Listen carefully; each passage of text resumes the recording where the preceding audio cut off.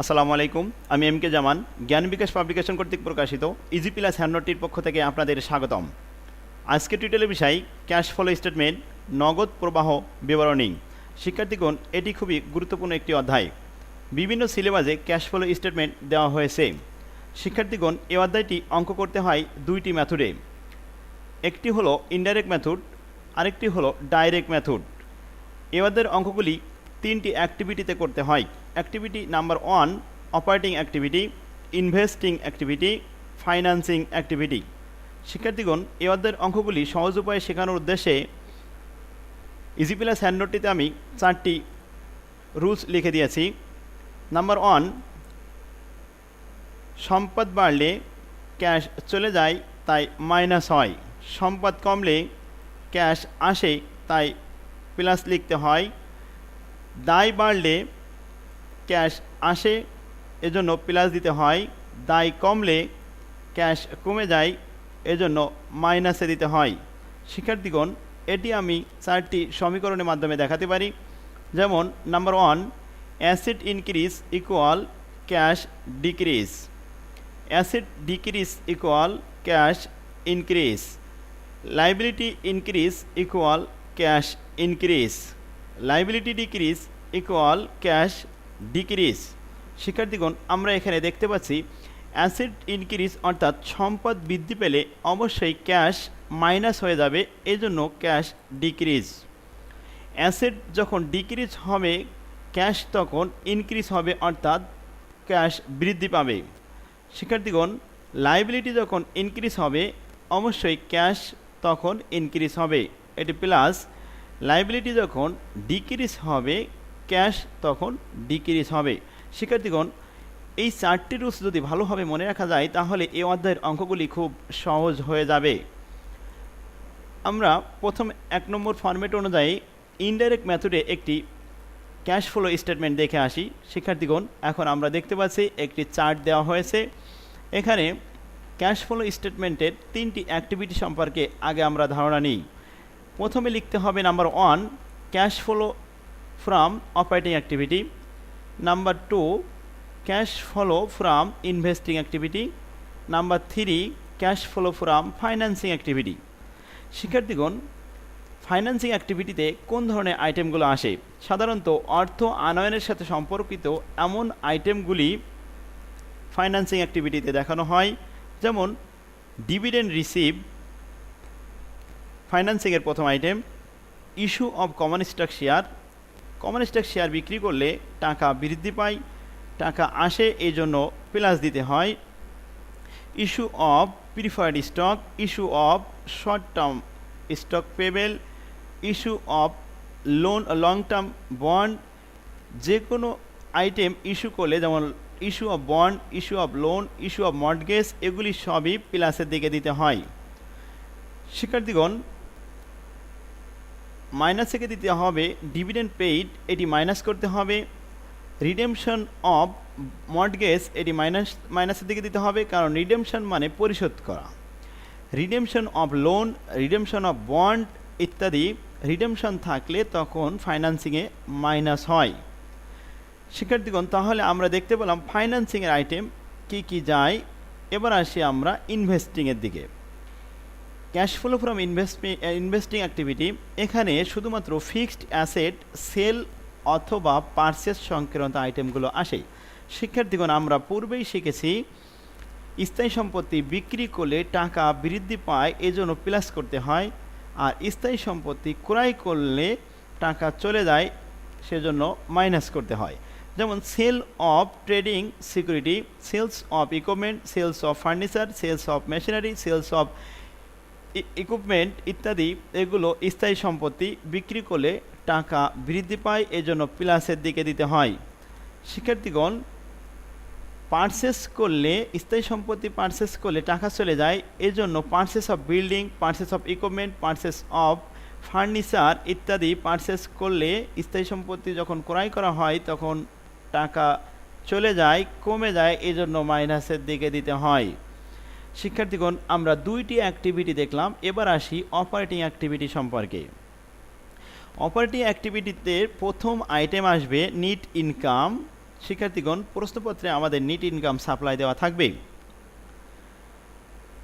Net ইনকামের সাথে নন cash এক্সপেন্সগুলি যোগ করতে হয়। আমরা পূর্বেই দেখেছি যে সমস্ত অনগদ খরচ হয়, যেমন ডিপ্রিসিয়েশন, ডিপ্লিশন, অ্যামোর্টাইজেশন। শিক্ষার্থীগণ, ডিপ্রিসিয়েশন অন ফিক্সড অ্যাসেট যদি সম্পদের অবস্থায় হয় তাহলে সম্পদ কমে যায়, যার কারণে এটি প্লাস হয়।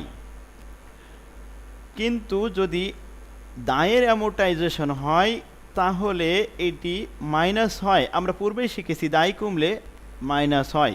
এজন্য শিক্ষার্থীগণ, ডিপ্রিসিয়েশন, ডিপ্লিশন এবং অ্যামোর্টাইজেশন ও রিটেন অফ এই ভাষাগুলো ইউজ করা হয়। এগুলি আমাদের নন ক্যাশ আইটেম। এছাড়াও আছে loss on sale of investment, loss on sale of equipment, loss on sale of any fixed asset.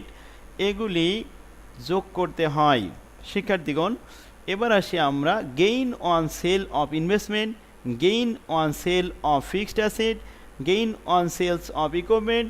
যে কোনো স্থায়ী সম্পত্তি বিক্রয় করে যদি গেইন হয় তাহলে আপনি অপারেটিংয়ে মাইনাস করবেন। শিক্ষার্থীগণ, এবার আসি আমরা current asset increase or decrease সম্পর্কে জানি। আমরা পূর্বেই শিখেছি অ্যাসেট বৃদ্ধি পেলে মাইনাস হয়, অ্যাসেট কমে গেলে প্লাস হয়। শিক্ষার্থীগণ, আমরা দেখতে পাচ্ছি এখানে লেখা আছে ডিক্রিজ ইন অ্যাকাউন্ট রিসিভেবল। এটি কারেন্ট অ্যাসেট কমে গেছে, অ্যাসেট কমে গেলে অবশ্যই প্লাস হবে, তাই এদিকে প্লাসের দিকে দিতে হবে। এটি ডিক্রিজ ইন ইনভেন্টরি, এটি কারেন্ট অ্যাসেট, এটি কমে গেছে, অতএব এটা প্লাস হবে। ডিক্রিজ ইন প্রিপেইড এক্সপেন্স, এটি কারেন্ট অ্যাসেট, অতএব এটি প্লাস হবে। শিক্ষার্থীগণ, ইনক্রিজ ইন অ্যাকাউন্ট পেবেল, এটি কারেন্ট লাইবিলিটি। আমরা পূর্বে শিখেছি লাইবিলিটি বৃদ্ধি পেলে ক্যাশ বেড়ে যায়, অর্থাৎ এটি প্লাসের দিকে আসবে। Increase in accrued expense payable, যে কোনো খরচের পেবেল একটি কারেন্ট লাইবিলিটি, তাই অপারেটিংয়ে দেখাতে হয়। আর লাইবিলিটি বৃদ্ধি পেলে অবশ্যই সেটি প্লাসের দিকে আসে। শিক্ষার্থীগণ, এবার আসি আমরা লেস কি আমরা লেস করব দেখি। ডিক্রিজ ইন অ্যাকাউন্ট পেবেল, দায় যদি কমে যায়, টাকা চলে যায়, অর্থাৎ এটা মাইনাসের দিকে দিতে হবে। Decrease in accrued expense payable, এটিও লাইবিলিটি, অর্থাৎ কারেন্ট লাইবিলিটি, এটি মাইনাস হয়ে যাবে। ইনক্রিজ ইন অ্যাকাউন্ট রিসিভেবল, শিক্ষার্থীগণ, এটি হলো কারেন্ট অ্যাসেট বৃদ্ধি পেয়েছে, অর্থাৎ কারেন্ট অ্যাসেট বৃদ্ধি পেলে অবশ্যই এটি মাইনাস হবে। আমরা পূর্বেই শিখেছি ইনক্রিজ ইন ইনভেন্টরি, এটি কারেন্ট অ্যাসেট বৃদ্ধি পেয়েছে, তাই যে কোনো কারেন্ট অ্যাসেট বৃদ্ধি পেলে অবশ্যই এটি মাইনাসের দিকে দিতে হয়। শিক্ষার্থীগণ, এরপরে আছে লেখা ইনক্রিজ ইন প্রিপেইড এক্সপেন্স, এটিও কারেন্ট অ্যাসেট, এটি বৃদ্ধি পেয়েছে, অর্থাৎ অ্যাসেট বৃদ্ধি পেলে মাইনাস হয়। ইনকাম ট্যাক্স পেইড, এটা আমরা প্রদান করেছি, অর্থাৎ টাকা মাইনাস হয়ে গেছে, এটা আমাদের অপারেটিংয়ে মাইনাস হয়ে যাবে। শিক্ষার্থীগণ, এবার আসি আমরা অপারেটিং অ্যাক্টিভিটির থেকে যে সমস্ত আইটেমগুলো পেয়েছি এগুলি যোগ বিয়োগ করে আমরা নিট প্রফিটের সাথে অ্যাডজাস্টমেন্ট করার পরে ফাইনাল কলমে দিলাম। শিক্ষার্থীগণ, তাহলে আমাদের অ্যাক্টিভিটি আসলো তিনটি। অপারেটিং অ্যাক্টিভিটির থেকে একটি আসলো, ইনভেস্টিং অ্যাক্টিভিটির থেকে একটি দেখানো হলো, এরপর ফাইন্যান্সিং অ্যাক্টিভিটির থেকে একটি আসলো। তিনটি আইটেম প্লাস করার পর আমাদের টোটাল ক্যাশ চেঞ্জিং আসলো। তাই net cash changing during the year এর সাথে ওপেনিং ক্যাশ ব্যালেন্স প্লাস করতে হয়, তাহলে আমাদের ফলাফল যেটি বের হয় এটি হলো এন্ডিং ব্যালেন্স অফ ক্যাশ, অর্থাৎ ক্লোজিং ক্যাশ ব্যালেন্স। শিক্ষার্থীগণ, আমরা ইনডাইরেক্ট মেথডে ক্যাশ ফ্লো স্টেটমেন্ট শিখে আসলাম। এবার আসি আমরা ডাইরেক্ট মেথডে ক্যাশ ফ্লো স্টেটমেন্ট কীভাবে করতে হয়। শিক্ষার্থীগণ, ডাইরেক্ট মেথড এবং ইনডাইরেক্ট মেথডে তেমন কোনো পার্থক্য নেই। এখানেও তিনটি অ্যাক্টিভিটি লিখতে হয়। তিনটি অ্যাক্টিভিটির মধ্যে 2 number activity cash flow from investing activity, এটি ইনডাইরেক্ট মেথডে যেভাবে করা হয়েছে ডাইরেক্ট মেথডে ঠিক একইভাবে করতে হবে। ফাইন্যান্সিং অ্যাক্টিভিটি ইনডাইরেক্ট মেথডে যেভাবে করা হয়েছে ডাইরেক্ট মেথডেও একইভাবে করতে হবে, কোনো পরিবর্তন আসবে না। শিক্ষার্থীগণ, তাহলে পরিবর্তন আসবে শুধুমাত্র ইনভেস্টিং অ্যাক্টিভিটি, অপারেটিং অ্যাক্টিভিটিতে। শিক্ষার্থীগণ, আমরা অপারেটিং অ্যাক্টিভিটিতে কিভাবে লিখব ডাইরেক্ট মেথড অঙ্ক করার সময়? এখানে আমাদেরকে একটু ভিন্ন পথ অবলম্বন করতে হবে। দেখতে হবে ডাইরেক্ট কোথা থেকে আমাদের ক্যাশ আসে এবং কোথায় আমরা প্রদান করে থাকি, এগুলো বাছাই করতে হবে। শিক্ষার্থীগণ, আমরা পূর্বে ইনডাইরেক্ট মেথডে যেভাবে করেছি ওই আইটেমগুলো সবগুলো বাদ দিতে হবে। এখন আসবে ক্যাশ রিসিভ ফ্রম কাস্টমার, অর্থাৎ অ্যাকাউন্ট রিসিভেলের কাছ থেকে আমরা টাকা আদায় করে থাকি, এটি প্রথমে লিখতে হবে। ক্যাশ রিসিভ ফ্রম রেন্ট, অনেক সময় ভাড়া রিসিভ করে থাকি, এখান থেকে আমরা ক্যাশ রিসিভ দেখাবো। শিক্ষার্থীগণ, যেটি সরাসরিভাবে ক্যাশ যেখান থেকে আসে সেটির নাম এখানে লিখতে হবে এবং যেখানে আমরা পেইড করি সেটি লিখতে হবে। অর্থাৎ ডাইরেক্ট মেথডে আমরা যদি ক্যাশ ফ্লো স্টেটমেন্ট করতে চাই তাহলে আমাদেরকে প্রথমে কয়েকটি খতিয়ান করতে হয়। কারেন্ট অ্যাসেট থেকে আমাদের প্রথমে খতিয়ান করতে হবে অ্যাকাউন্ট রিসিভেবল। এরপর যদি কোনো প্রিপেইড এনি এক্সপেন্স থাকে তাহলে আমাদের সেটি খতিয়ান করতে হবে। শিক্ষার্থীগণ, দায় থেকে আমরা খতিয়ান করব অ্যাকাউন্ট পেবেল। অ্যাকাউন্ট পেবেলের সাথে আমরা cost of goods sold adjust করে পারচেস নিয়ে আমরা একটা খতিয়ান দেখাবো। এরপর যদি কোনো ইনকাম ট্যাক্স পেবেল বা ইন্টারেস্ট পেবেল থাকে তাহলে ব্যালেন্স নিয়ে আমরা সেটিরও খতিয়ান দেখাবো। শিক্ষার্থীগণ, তাহলে আমরা দেখতে পাচ্ছি কিছু কারেন্ট অ্যাসেট এবং কিছু কারেন্ট লাইবিলিটি খতিয়ান করে সেখান থেকে ক্যাশ রিসিভ অথবা ক্যাশ পেমেন্ট বের করে নিয়ে আসতে হয়। শিক্ষার্থীগণ, আমরা আবারও দেখি যে ক্যাশ রিসিভ ফ্রম কাস্টমার এটি বের হবে অ্যাকাউন্ট রিসিভেলের খতিয়ান হতে। ক্যাশ রিসিভ ফ্রম রেন্ট এটি সরাসরি দেওয়া থাকতে পারে ইনকাম স্টেটমেন্টের মধ্যে। ডিভিডেন্ড রিসিভড এটা সরাসরি ইনকাম স্টেটমেন্টে দেওয়া থাকে। ইন্টারেস্ট রিসিভড এটি সরাসরি ইনকাম স্টেটমেন্টে দেওয়া থাকে। শিক্ষার্থীগণ, আমরা প্রথমে রিসিভগুলো দেখলাম, এবার আসি পেমেন্ট। আমরা প্রথমে পেমেন্ট করে থাকি সাধারণত অ্যাকাউন্ট পেবেলকে। অ্যাকাউন্ট পেবেল সহ আরও কিছু এক্সপেন্স পেবেল যদি থাকে তাহলে সেখানে পেইড করা হয়, খতিয়ান করে এটি বের করতে হয়। Cash paid to expense, cash paid to income tax, cash paid to interest, cash paid to account payable. শিক্ষার্থীগণ, আমরা ডাইরেক্ট মেথড সম্পর্কে কিছু ধারণা নিলাম, এবার আসি আমরা মূল অঙ্কের দিকে যাই। শিক্ষার্থীগণ, ফরম্যাট অনুযায়ী আমাদের দুইটি ফরম্যাটে এই অধ্যায়ের অঙ্কটি করতে হবে। ইজি প্লাস হ্যান্ডনোটটিতে আমি দুইটি ফরম্যাটের অঙ্ক দিয়েছি 40টি 20টি 20টি করে। শিক্ষার্থীগণ, একজন শিক্ষার্থী যদি ইনডাইরেক্ট মেথড একটি অঙ্ক করেন তাহলে এরকম 20টি অঙ্ক তিনি খুব ভালোভাবে শিখে নিতে পারবেন। 2 নম্বর মেথড করার সময় ডাইরেক্ট মেথডের একটি অঙ্ক ভালোভাবে শিখলে বাকি 20টি অঙ্ক খুব সহজে শিখতে পারবেন। ইজি প্লাস হ্যান্ডনোটটি আপনারা সংগ্রহ করুন এবং অঙ্ক প্র্যাকটিস করুন। শিক্ষার্থীগণ, আমরা প্রথমে 1 নম্বর ফরম্যাটে আসি, ইনডাইরেক্ট মেথড। প্রশ্নটি ভালোভাবে পড়ে নিই। A comparative balance sheet for Antara company is presented below. নিচে দেওয়া হলো ব্যালেন্স শিটে 2002 সাল এবং 1 সাল, প্রিভিয়াস ইয়ার হলো 1 সাল এবং কারেন্ট ইয়ার হলো 2 সাল। শিক্ষার্থীগণ, প্রশ্নটি আমরা ভালোভাবে দেখে নিই। প্রথমে আমাদের অঙ্ক শুরু করতে হবে সমন্বয় থেকে। নিট ইনকাম ডিউরিং দ্য ইয়ার 1,68,000 টাকা, এটি অপারেটিংয়ের প্রথম আইটেম নিট ইনকাম। এখান থেকে আমাদের অনগদ আইটেমগুলি প্লাস মাইনাস করতে হয়। শিক্ষার্থীগণ, তাহলে 1 নম্বর সমন্বয়ে আমরা নিয়ে গেলাম অপারেটিং অ্যাক্টিভিটিতে। 2 নম্বর সমন্বয়তে বলা হয়েছে ক্যাশ ডিভিডেন্ড পেইড, এটি আমরা ফাইন্যান্সিংয়ের প্রথম আইটেম হিসেবে দেখাবো। ডিপ্রিসিয়েশন এক্সপেন্সেস অস টাকা 38,400, এটি আমাদের অপারেটিংয়ের দ্বিতীয় আইটেম, অনগদ খরচ, অর্থাৎ এটি নিট ইনকামের সাথে প্লাস করতে হয়। 4 নম্বর আইটেমে বলা হয়েছে common stock share issue for cash. শিক্ষার্থীগণ, কমন স্টক শেয়ার এটি ফাইন্যান্সিং অ্যাক্টিভিটিতে যাবে। ইস্যু লেখা আছে, এজন্য প্লাস করতে হবে। শিক্ষার্থীগণ, রিডেমশন লেখা থাকলে এটি আমরা মাইনাস করতাম। Bond payable redemption by cash, bond payable পরিশোধ করে দেওয়া হয়েছে, এটি আমাদের মাইনাস করতে হবে ফাইন্যান্সিংয়ে। শিক্ষার্থীগণ, তাহলে আমরা সমন্বয়গুলি ভালোভাবে এখন পড়ে নিলাম। এবার আসি মূল অঙ্কে কি হবে লেখা আছে। এখানে দুইটি ব্যালেন্স শিট দেওয়া আছে, 2002 এবং 2001 সাল। প্রথমে অ্যাসেট লেখা আছে cash, account receivable, inventory, land, office equipment এবং অ্যাকুমুলেটেড ডিপ্রিসিয়েশন।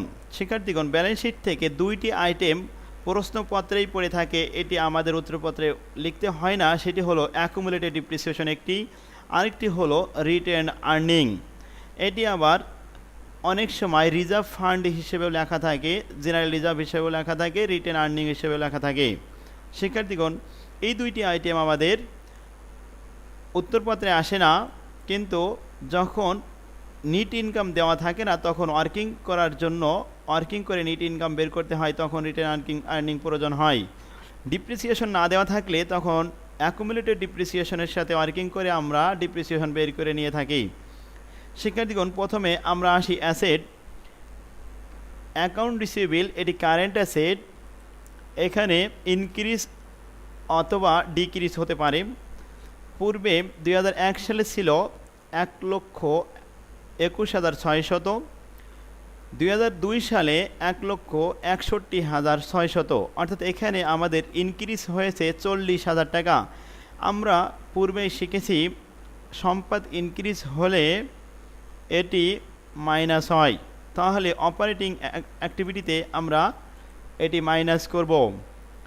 শিক্ষার্থীগণ, ইনভেন্টরি এটি কারেন্ট অ্যাসেট, পূর্বে ছিল 3,02,400 টাকা, 2002 সালে এসে 2,88,000, অর্থাৎ এখানে কারেন্ট অ্যাসেট ডিক্রিজ হয়েছে। সম্পদ কমে গেলে এটি প্লাস হয়। ল্যান্ড এটি ইনভেস্টিং অ্যাক্টিভিটি, অফিস ইকুইপমেন্ট এটি ইনভেস্টিং অ্যাক্টিভিটি, কারণ এই দুইটি ফিক্সড অ্যাসেট, ফিক্সড অ্যাসেট দুইটি ইনভেস্টিং অ্যাক্টিভিটি হয়।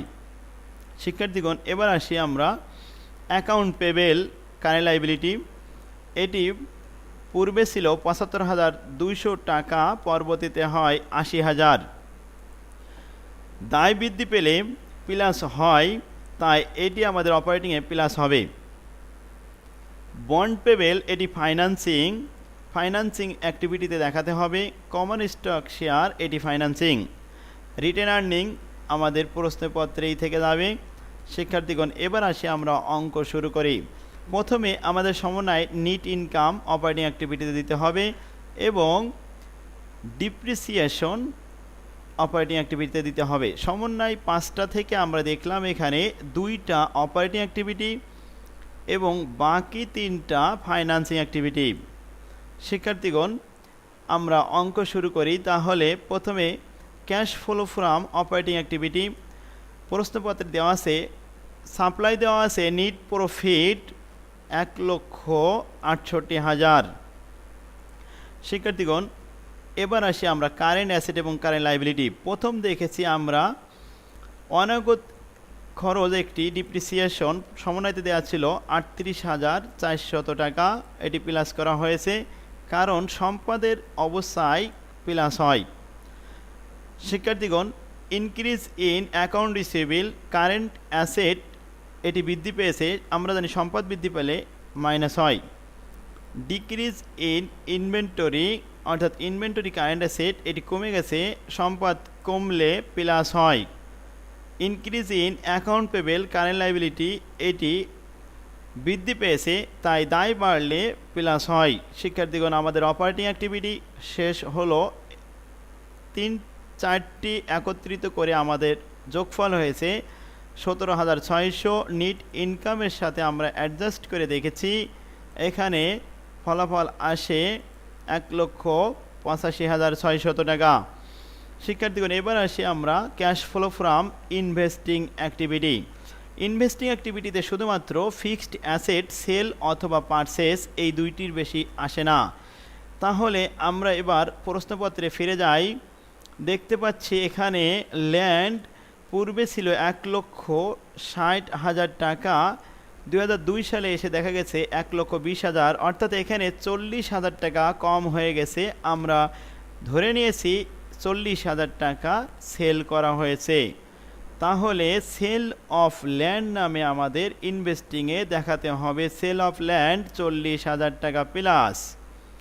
শিক্ষার্থীগণ, এবার আসি আমরা স্থায়ী সম্পত্তি আছে অফিস ইকুইপমেন্ট। পূর্বে ছিল 3,20,000 টাকা, বর্তমানে 4,16,000 টাকা এখানে বৃদ্ধি পেয়েছে। তাহলে আমরা ধরে নিয়েছি এখানে পারচেস করা হয়েছে।